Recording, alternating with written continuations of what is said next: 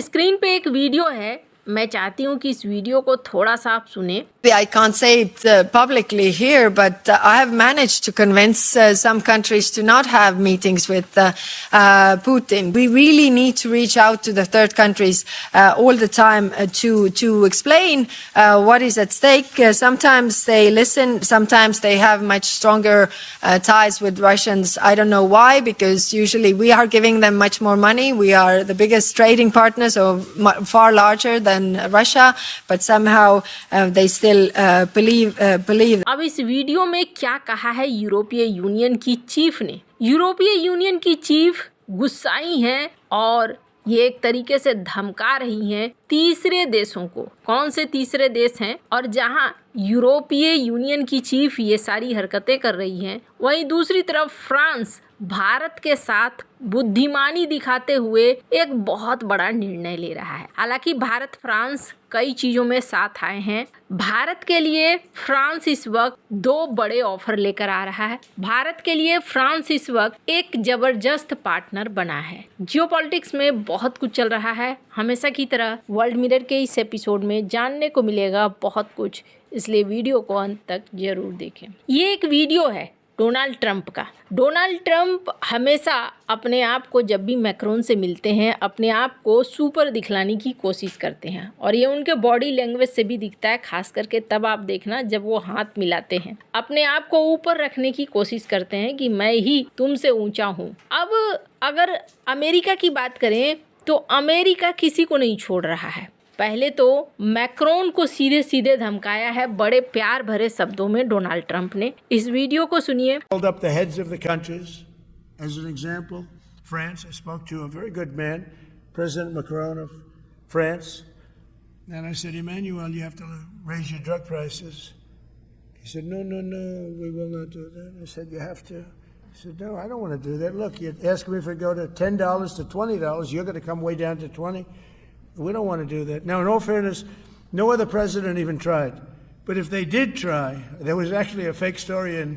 Donald Trump ने कहा कि देखो भाई, मैंने सबसे अच्छे इंसान मैक्रोन से बात करी और मैक्रोन को कहा कि दवाइयों का दाम बढ़ा दो, अगर नहीं बढ़ाओगे तो 25% टैरिफ लगा देंगे। यानी फ्रांस को एक बड़ा झटका भी, और पब्लिकली फ्रांस को ये समझाना कि देखो तुम मुझसे बड़े नहीं हो। वहीं दूसरी तरफ ये भी देखने को मिल रहा है कि पूरे यूरोप के 5 नागरिकों के ऊपर प्रतिबंध लगा दिया है अमेरिका ने। अब एक बार को सुनकर लगेगा क्या सचमुच में ऐसा हुआ है? हाँ, ऐसा हुआ है। डोनाल्ड ट्रंप ऐसा नहीं है कि सिर्फ भारत के साथ ही कर रहे हैं। डोनाल्ड ट्रंप अपने हर दोस्त के साथ इस वक्त ऐसे ही पेश आ रहे हैं। किन किन पर बैन लगा है? एक है फ्रेंच यानी फ्रांस के पूर्व यूरोपीय यूनियन के कमिश्नर, दूसरे हैं British centre for countering digital hate के सीईओ, तीसरे हैं जर्मन एनजीओ के सीईओ, और चौथे हैं ग्लोबल डिसइंफॉर्मेशन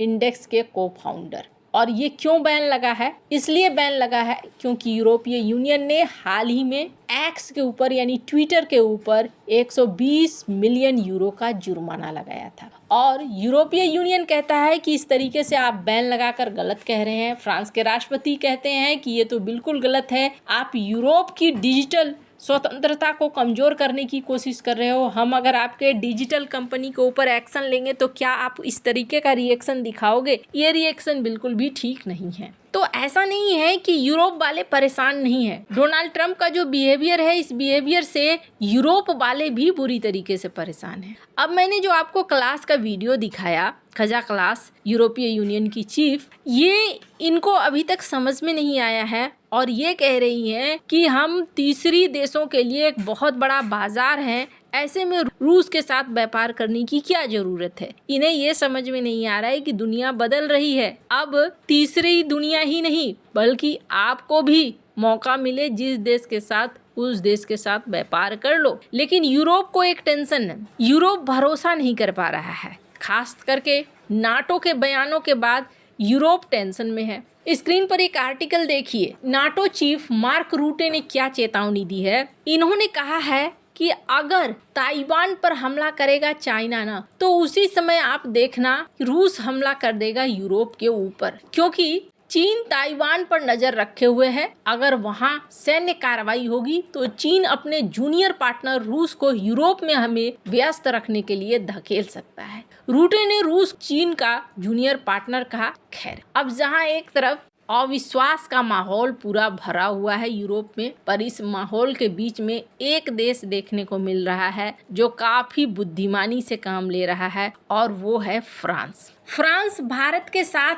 नजदीकियों को बहुत तेजी से बढ़ा रहा है। इस बीच देखने को मिला है कि फ्रांस की कंपनियां अब भारत के साथ तेजी से भारत के फॉर्मेट में काम करने को भी तैयार होती हुई दिख रही हैं। स्क्रीन पर एक आर्टिकल देखिए, सैफरन इलेक्ट्रॉनिक्स एंड डिफेंस, इन्होंने एक समझौता किया है। भारत में 2 चीजों का निर्माण होगा और ये दोनों ही एडवांस हैं। Sigma 30N digital ring laser जायरो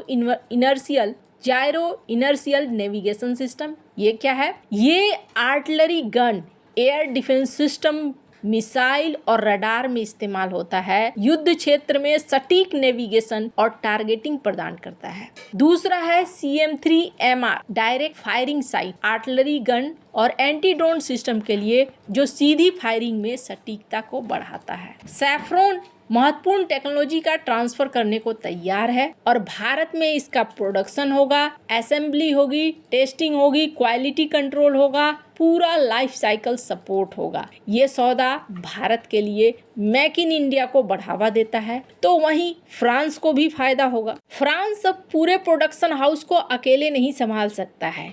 Rafale की जिस तरीके से बिक्री हो रही है, इसके बाद खुद राफेल को बनाने के लिए फ्रांस की कंपनी काफी लंबे समय तक व्यस्त रहने वाली है। और अगर भविष्य में युद्ध का माहौल बनता है तो फ्रांस को भी अब ऐसा लग रहा है कि भारत वह देश बन सकता है जहां पर वो अपने हथियारों का निर्माण कर सकते हैं। वैसे भारत और फ्रांस के बीच में और भी कई सारी चीजें देखने को मिल रही है। 26 राफेल M की डील, इसको लेकर एक प्रोपेगेंडा फैलाया गया था। 25 नवंबर को ट्विटर पर देखने को मिला था कि कई ऐसे जाली खत पब्लिश किए जा रहे थे जिसमें दावा किया जा रहा था कि राफेल M जेट्स की डिलीवरी में भारी देरी है। इन्होंने भारतीय पायलटों को कहा है पहले 10 हफ्ते का ट्रेनिंग करो तब मिलेगा। एक खत तो डॉक्टर S जयशंकर के नाम पर भी चल रहा था। एक सबसे बड़ी समस्या हो गई है ना सोशल मीडिया पर डिसइंफॉर्मेशन, इसे कंट्रोल करना बड़ा मुश्किल हो गया है। अब ऐसे में फ्रांस और दसॉल्ट ने कहा